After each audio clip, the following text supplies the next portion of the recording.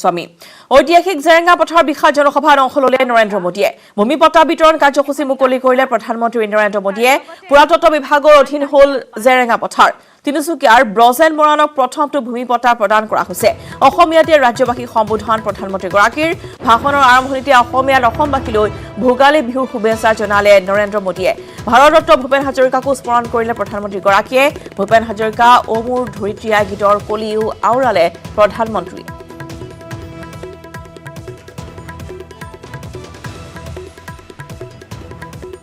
আৰু আজি জেৰেঙা পথাৰত ইতিমধ্যে আজি বিশাল জনসভাত সম্বোধন কৰে প্ৰধানমন্ত্ৰী নৰেন্দ্ৰ মোদীয়ে আৰু যিহেতু ভূমি পট্টা প্ৰদান কৰা হৈছে সেই কাৰ্যসূচী আজি আনুষ্ঠানিকভাৱে মুকলি কৰিলে প্ৰধানমন্ত্ৰীগৰাকীয়ে ভূমি পট্টা বিতৰণ কাৰ্যসূচী মুকলি কৰাৰ পিছতেই তেওঁ ঘোষণা কৰিছে যে পুৰাতত্ব বিভাগৰ অধীন হ'ল এতিয়া জেৰেঙা পথাৰ আৰু তিনিচুকীয়াৰ ব্ৰজেন মৰাণক প্ৰথমটো ভূমি পট্টা প্ৰদান কৰা হৈছে দৃশ্য আমি দেখুৱাইছো এয়া তিনিচুকীয়াৰ এগৰাকী ব্ৰজেন মৰাণক প্ৰথমটো ভূমি পট্টা প্ৰদান কৰা হৈছে অসমীয়াতে ৰাজ্যবাসীক সম্বোধন কৰে প্ৰধানমন্ত্ৰীগৰাকীয়ে লগতে ভোগালী বিহুৰ উলগ জনায় প্ৰধানমন্ত্ৰীয়ে নিৰ্বাচনী প্ৰতিশ্ৰুতি ৰক্ষা কৰি আজি ভূমি পট্টা বিতৰণ কৰা হয় ভূমি পট্টা প্ৰদান কৰা এই কাৰ্যসূচী আনুষ্ঠানিকভাৱে মুকলি কৰে আৰু সমগ্ৰ ৰাজ্যতে 1 লাখৰো অধিক খিলঞ্জীয়াক ভূমি পট্টা প্ৰদান কৰা হ'ব আৰু ভাষণৰ আৰম্ভণিতে অসমীয়াতে অসমবাসীলৈ ভোগালী বিহু শুভেচ্ছা জনায় প্ৰধানমন্ত্ৰীগৰাকীয়ে আৰু ভাৰতৰত্ন ভূপেন হাজৰিকাকো স্মৰণ কৰে প্ৰধানমন্ত্ৰীয়ে 10:10 মিনিটত তেওঁ আজি যোৰহাটত উপস্থিত হয়হি আৰু তাৰপিছতেই জেৰেঙা পথাৰলৈ আহে বিশেষ হেলিকপ্টাৰেৰে জেৰেঙা পথাৰৰ বিশাল জনসভাত অংশ ল'লে প্ৰধানমন্ত্ৰীগৰাকীয়ে অসমীয়াতে ৰাজ্যবাসীক সম্বোধন তেওঁ আৰু ভূমি পট্টাই আপোনালোকৰ সমস্যা দূৰ কৰিলে বুলি মন্তব্য প্ৰধানমন্ত্ৰীগৰাকীৰ ভাৰতৰত্ন ভূপেন হাজৰিকাকো তেওঁ স্মৰণ কৰে উদাকণ্ঠৰ গীতৰ কলিও আওৰাই প্ৰধানমন্ত্ৰীগৰাকীয়ে মোদীৰ মুখত ভূপেন হাজৰিকাৰ অ মোৰ ধৰিত্ৰীয়া গীত জয়মতীৰ সাহস আৰু পবিত্ৰ ভূমিক তেওঁ প্ৰণাম জনায় অচিৰে 1 লাখ লোকক প্ৰদান কৰা হ'ব ভূমি পট্টা তিনিচুকীয়াৰ ব্ৰজেন মৰাণক প্ৰথমটো ভূমি পট্টা প্ৰদান জয়মতীৰ বলিদানক স্মৰণ কৰে মোদীয়ে পুৰাতত্ব বিভাগৰ অধীন হ'ব জেৰেঙা পথাৰ এই কথা তেওঁ ঘোষণা কৰে তেখেতসকলে এক আকৰ্ষণীয় अब इस बार असम के मूल निवासियों के स्वाभिमान और सुरक्षा से जुड़े इतने बड़े आयोजन में मैं आपकी खुशियों में शामिल होने आया हूं आज असम की हमारी सरकार ने आपके जीवन की बहुत बड़ी चिंता दूर करने का काम किया है 1 लाख से ज्यादा मूल निवासी परिवारों को भूमि के स्वामित्व का अधिकार मिलने से आपके जीवन की एक बहुत बड़ी चिंता अब दूर हो गई है भाइयों और बहनों आज के दिन स्वाभिमान स्वाधीनता और सुरक्षा के तीनों प्रतीकों का भी एक प्रकार से समागम हो रहा है पहला आज असम की मिट्टी से प्यार करने वाले मूल निवासियों के अपनी जमीन से जुड़ाव को कानूनी संरक्षण दिया गया दूसरा ये काम ऐतिहासिक शिवसागर में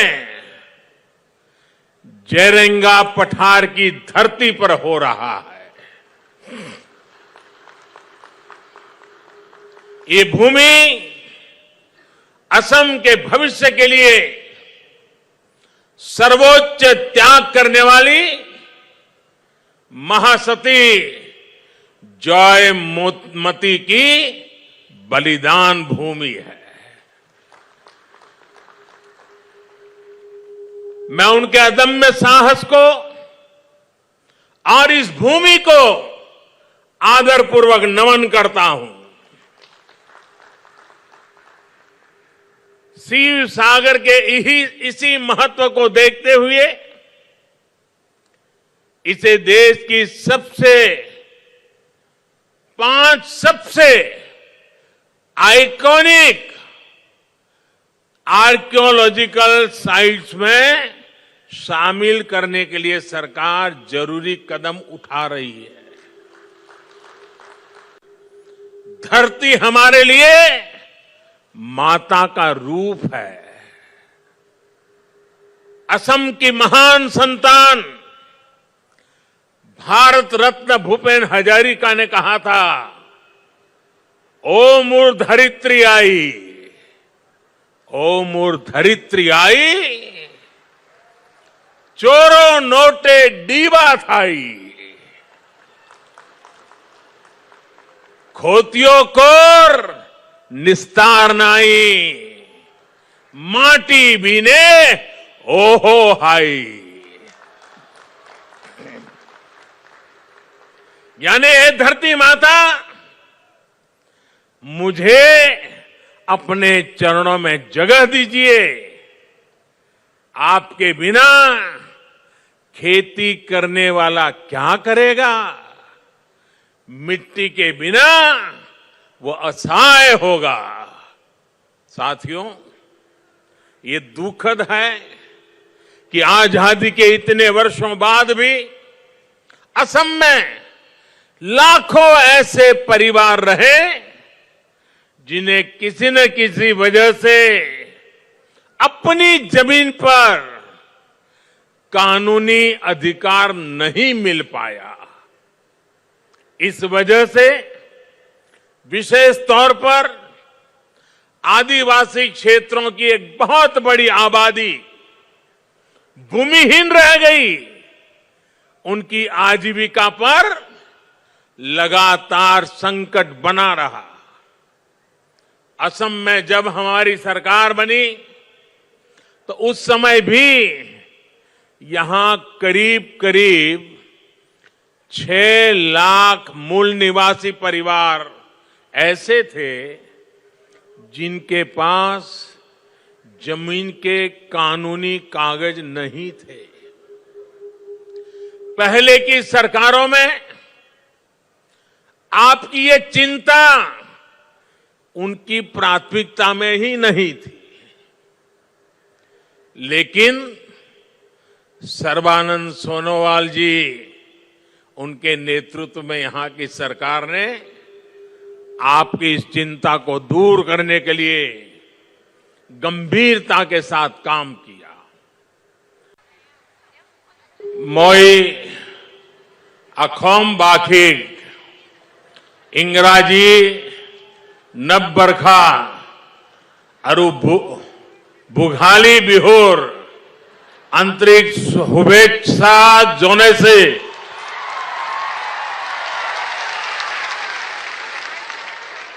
अही बालोगिया दिनबुर होकेलुरे बाबे हक अरो हमरे धीरे पूर्णा हक।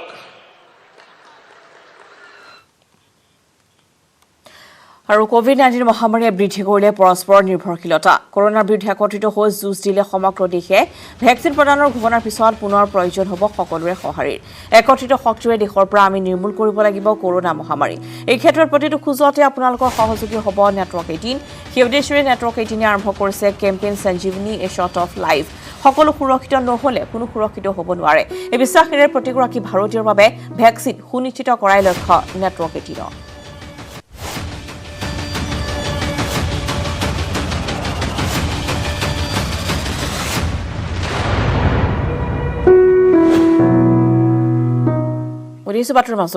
আজি নেতাজী সুভাষ চন্দ্ৰ বসুৰ 125 সংখ্যক জন্ম জয়ন্তী। নেতাজীৰ উপজা দিনটোত আজি দেশজুৰি আয়োজন কৰা হৈছে বিভিন্ন কাৰ্যসূচী। আজি পশ্চিমবংগৰ নেতাজী সুঁৱৰী পৰাক্ৰম দিৱস নামৰ এক অনুষ্ঠানত অংশগ্ৰহণ কৰিব প্ৰধানমন্ত্ৰী নৰেন্দ্ৰ মোদীয়ে। ইতিমধ্যে অসম ভ্ৰমণ সামৰি তেওঁ উৰা মাৰিছে পশ্চিমবংগলৈ আৰু তাতে পৰাক্ৰম দিৱসৰ এই কাৰ্যসূচীত তেওঁ অংশগ্ৰহণ কৰিব।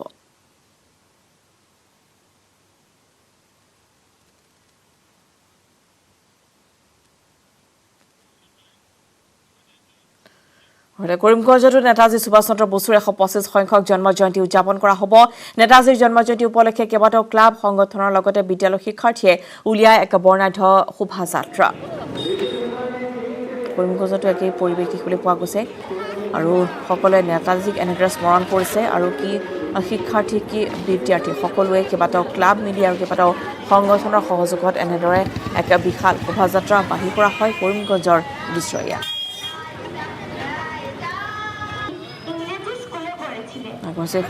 কৰিমগঞ্জৰ পৰা গণেশ নন্দীৰ এক ৰিপৰ্ট আজি নেতাজী সুভাষ চন্দ্ৰ বসুৰ 125তম উপজা দিন আৰু নেতাজীৰ জন্ম জয়ন্তীক লৈ কৰিমগঞ্জত উখল মাখল পৰিৱেশ কেইবাটাও দল সংগঠনে শোভাযাত্ৰা ওলাই চহৰৰ শোভাযাত্ৰা ওলাই কৰিমগঞ্জৰ যি AOC পইণ্ট নেতাজীৰ প্ৰতিমূৰ্তি আছে তাতে উপস্থিত হৈছে আৰু ইয়াতে যি মাল্যদান কৰি আছে কেইবাটাও সংগঠন মণিমুক্তা বিদ্যালয় বা MMC গাৰ্লছ কলেজ এনেদৰে যি স্কুল কলেজ আছে স্কুল কলেজকে ধৰি বিভিন্ন সাংস্কৃতিক দল বা সাংস্কৃতিক যি সংস্থা আছে সকলো সংস্থাই এইখিনি ঠাইত আহি গোট খাইছে কৰিমগঞ্জৰ যি AOC পইণ্টত দেখা গৈছে ব্যাপক মাত্ৰাত যে ভিৰ ইয়াতে তেওঁলোকে সকলোৰ উদ্দেশ্য কিন্তু নেতাজীৰ যে প্ৰতিকৃতি আছে নেতাজীৰ প্ৰতিকৃতিত মাল্যদান কৰাৰ বাবে আৰু ইয়াতে নেতাজীৰ প্ৰতিকৃতিত তেওঁলোকে সকলোৱে মাল্যদান কৰিছে আৰু যি ইয়াতে দেখা গৈছে যে বহু স্কুলৰ বিদ্যালয়ৰ ছাত্ৰ ছাত্ৰীয়ে যে তেওঁলোকৰ যে সাংস্কৃতিক অনুষ্ঠান লগতে যে কুচকাৱাজ সকলো প্ৰদৰ্শন কৰিছে আৰু বহুতক কিন্তু যে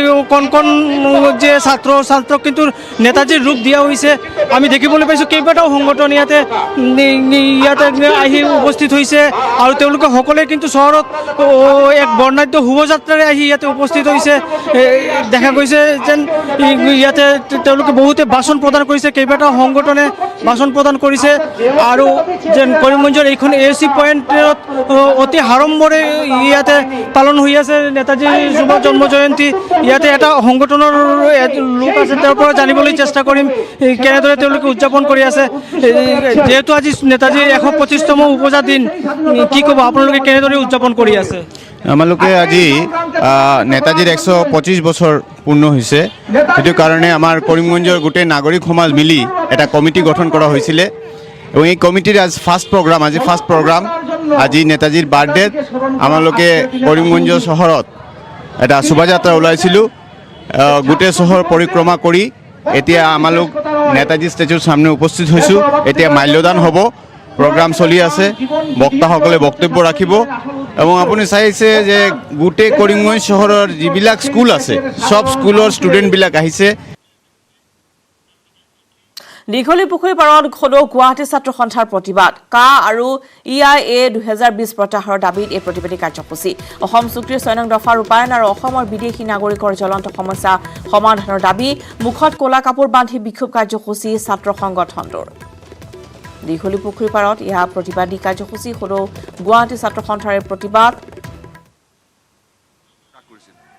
5 বছৰ চুক্তিত ৰূপায়ণ কৰা নহল চিনাক্তকৰণ নহল বিদেশী ভোটাৰ তালিকাৰ নামকৰ্তন নহল বহিষ্কাৰ কৰা নহল অহা বাটটুকু বন্ধ কৰা নহল সীমা খোলা পশ্চিম প্ৰান্তৰ নৰেন্দ্ৰ মোদীয়ে সীমা বন্ধ কৰে আৰু আমাৰ অসম বাংলাদেশ সীমান্তত সীমা খোলা ৰাখে এইটো হ'ল তেওঁলোকৰ অবিচাৰ ৰাজত্ব অন্যায় ৰাজত্ব দেশৰ সাৰ্বভৌমত্বৰ প্ৰতি আপোচ বাংলাদেশ চৰকাৰৰ লগত কেইবাখনো চুক্তি কৰিলে কিন্তু অসমৰ পৰা বাংলাদেশী গতাই দিবলৈ বাংলাদেশ চৰকাৰৰ লগত দ্বিপাক্ষিক চুক্তি আজিলৈকে নকৰিলে উচ্চতম ন্যায়ালয়ে নিৰ্দেশ দিয়াৰ পিছতো কৰা নাই এইটো এটা অন্যায় চুক্তি ৰূপায়ণ কৰিম বুলি কোনো পদক্ষেপ নললে আৰু আন কথাটো বাদেই অসমৰ বান খহনীয়া সমস্যাক ৰাষ্ট্ৰীয় সমস্যা হিচাপে সমাধান কৰাৰ অসম চুক্তিৰ 7 নম্বৰ দফা অনুসৰি যি পৰামৰ্শ দিয়া হৈছিল সেই কাৰ্যকৰী নহল আনকি অশোক কাগজ কলটোকো খোলা নহল এইটোৱে চৰকাৰৰ 5 বছৰীয়া তেওঁলোকৰ প্ৰতিশ্ৰুতিৰ এটা ব্যাখ্যা এই সম্পৰ্কত কিন্তু অসম চুক্তি ৰূপায়ণ সম্পৰ্কত কেন্দ্ৰীয় চৰকাৰৰ দায়বদ্ধতা সম্পৰ্কত প্ৰধানমন্ত্ৰীৰ মুখত আজি এটা শব্দ উচ্চাৰণ নহল অসম চুক্তি উলংঘা কৰি কা জাপি দিছে আমাৰ ওপৰত এখন অসাম্প্ৰদায়িক অসাংবিধানিক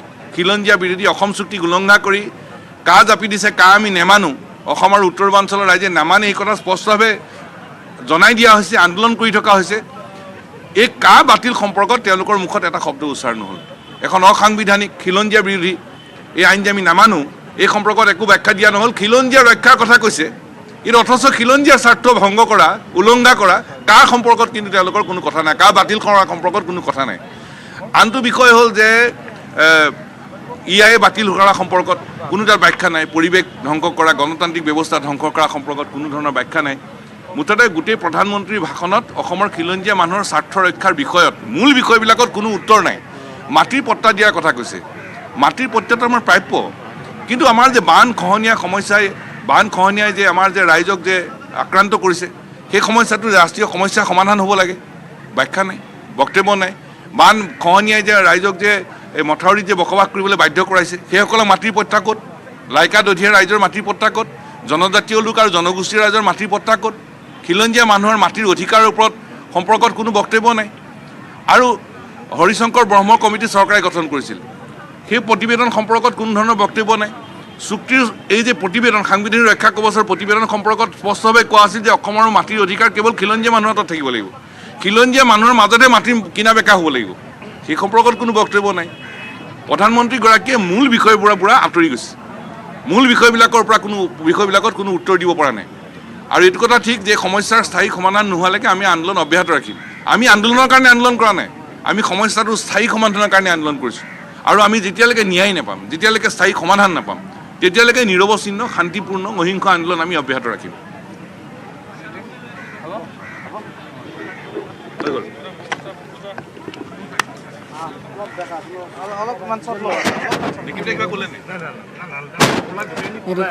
দেখুৱাইছোঁ দীঘলী পুখুৰীৰ পাৰৰ পৰা আছুৰ প্ৰতিবাদী কাৰ্যসূচী। তেওঁলোকে নাগৰিকত্ব সংশোধনী আইন লগতে EIA বাতিলৰ দাবীত প্ৰধানমন্ত্ৰীৰ আগমনৰ দিনাখনে মুখত ক'লা কাপোৰ বান্ধি এয়া প্ৰতিবাদী কাৰ্যসূচী ৰূপায়ণ কৰিছে। আৰু কালিৰ দিনটোতো সন্ধিয়াৰ ভাগত সমগ্ৰ ৰাজ্যজুৰি আছুৱে জোৰ সমদল বাহিৰ কৰিছিল, য'ত ইতিমধ্যে তেজপুৰতো কিছু বিক্ষিপ্ত ঘটনা সংঘটিত হয়, য'ত আৰক্ষী আৰু প্ৰতিবাদকাৰীৰ মাজতো বাক বিতণ্ডাৰ সূত্ৰপাত হয়। আৰু দীঘলী পুখুৰীৰ পাৰত আজি আছুৱে এয়া প্ৰতিবাদী কাৰ্যসূচী ৰূপায়ণ কৰিছে। নিৰ্বাচনৰ পূৰ্বে যিসমূহ প্ৰতিশ্ৰুতি প্ৰধানমন্ত্ৰীয়ে প্ৰদান কৰিছিল, সেই প্ৰতিশ্ৰুতি পূৰণ নকৰাৰ বাবে এই প্ৰতিবাদী কাৰ্যসূচী সদৌ অসম ছাত্ৰ সন্থাৰ। অসম চুক্তিৰ 6 নং দফা ৰূপায়ণ আৰু অসমৰ বিদেশী নাগৰিকৰ জ্বলন্ত সমস্যা সমাধানৰ দাবীত মুখত ক'লা কাপোৰ বান্ধি বিক্ষোভ কাৰ্যসূচী ছাত্ৰ সংগঠনটোৰ। দেখুৱাইছোঁ দৃশ্য এয়া দীঘলী পুখুৰীৰ পাৰৰ পৰা।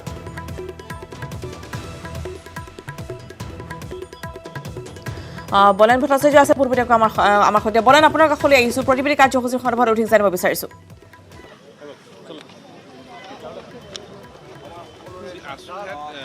আৰু সেই প্ৰতিবাদী কাৰ্যসূচী যোৱাকালিৰ পৰা সন্ধিয়া যি ধৰণৰ কাৰ্যসূচী গ্ৰহণ কৰিছিলে সেয়া দেখিব পোৱা গৈছিল যে হাতত জোৰলৈ প্ৰতিবাদী কাৰ্যসূচী গ্ৰহণ কৰিছে। আজি ক'লা কাপোৰ বান্ধি তেখেতসকলে প্ৰতিবাদী কাৰ্যসূচী ৰূপায়ণ কৰিছে জিলা সদৰ সন্মুখত। আৰু ঠিক আছে অহাকালৈ তেখেতসকলে কাৰ্যসূচী গ্ৰহণ কৰিব।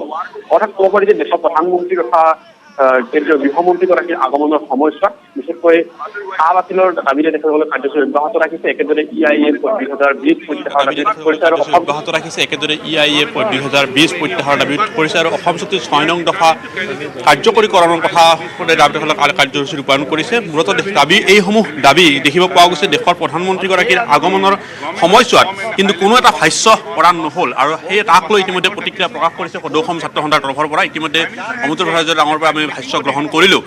এই সকলোবোৰ বিষয় দেখিবলৈ পোৱা গৈছে দেশৰ প্ৰধানমন্ত্ৰীগৰাকীৰ আগমনৰ সময়ছোৱাত ৰাইজে আশা কৰিছিলে হয়তো 6 নং দফাৰ কাৰ্যকৰীকৰণ প্ৰতিবেদন যিখন সমিতি দাখিল কৰা প্ৰতিবেদন, সেই প্ৰতিবেদনখনৰ কথা ক'ত আছে বা কেতিয়া কাৰ্য কৰিব এই ধৰণৰ কথা ক'ব বুলি আশা কৰা হৈছিলে, কিন্তু সেয়া কিন্তু এই মুহূৰ্তত দেখিব পোৱা নগ'ল তেখেতৰ ভাষণত। আমি আগতে অনুমান কৰিছিলোঁ যে ভাৰতৰ প্ৰধানমন্ত্ৰী অসমীয়া মানুহৰ ওপৰত তেওঁৰ মনোবৃত্তি বেয়া, আৰু সেই কথাটো আমি আগৰ পৰাই অনুমান কৰিব পাৰিছিলোঁ। আৰু সেইকাৰণে আমি এই বিৰোধিতা কৰিছোঁ, কাৰণ অসমৰ মানুহৰ আৱেগক লৈ এবাৰ হেতালি খেলিছে, বাৰে বাৰে সেই সুযোগ দিয়া নহ'ব। কাৰণ অসমৰ স্বাৰ্থ জলাঞ্জলি দি, অসমীয়াৰ স্বাৰ্থ জলাঞ্জলি দি বাংলাদেশীৰ নামত ইয়াত 43 বছৰৰ হিন্দু বাংলাদেশী সংস্থাপিত কৰি আমাৰ স্বাভিমান বিনাশ কৰিছে। আমাৰ মাজত আমাৰ ভাষা সংস্কৃতি সভ্যতা নিঃশেষ কৰিছে।